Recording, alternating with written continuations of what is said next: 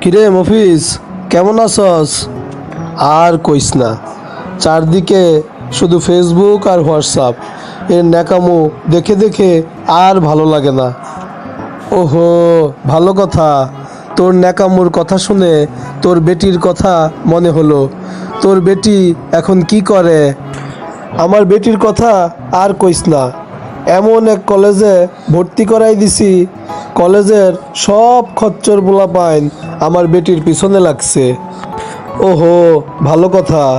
খচ্চরের কথা শুনে তোর বাপের কথা মনে পড়লো। তোর বাপ এখন কি করে? আমার বাপের কথা আর কইস না, কারো কথা শুনে না। বাতের ব্যথা, হার্টের সমস্যা, তার জন্যে গাধার মতো খাটতেছি আমি। ওহো, ভালো কথা। গাধার কথা শুনে তোর বেটার কথা মনে হলো। তোর বেটা এখন কি করে? ওর কথা কইস না, শালা একটা কুলাঙ্গার হইছে। ওহো, ভালো কথা। কুলাঙ্গারের কথা শুনে তোর ভাইয়ের কথা মনে হলো। তোর ভাই এখন কি করে? ওর কথা কইছস? ওই শয়তানের কথা আলোচনা করতেও আমার লজ্জা লাগে রে। ওহো, ভালো কথা।